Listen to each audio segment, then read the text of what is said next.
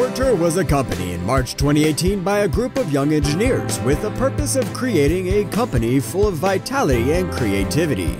The challenges were at the time great, but an open mind was always a motto and there was no fear of the unknown. The team was always willing to make unremitting efforts to make it happen. Since 2018, Ortur grown significantly. However, the commitment of pursuing innovation by creative solutions remains unchanged. The team grown exponentially since 2018, with Ortur bringing to its ranks even more creative and talented people from all around the world. Presently, Ortur became a known and referenced name in the world of hobby laser engraving. The commitment of expanding and improve the technology of diode laser engravers is one of Ortur's top priorities. Ortur's mission is to expand and innovate on the world of laser engraving, making its machines safer, faster, and specifically more affordable for everyone to use.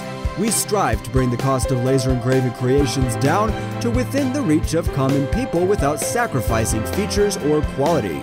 To help with this mission, Ortur created partnerships with many small manufacturing enterprises, workrooms, artists, engineers, and self-employed people, bringing to the table a multiverse of experience and fresh new ideas.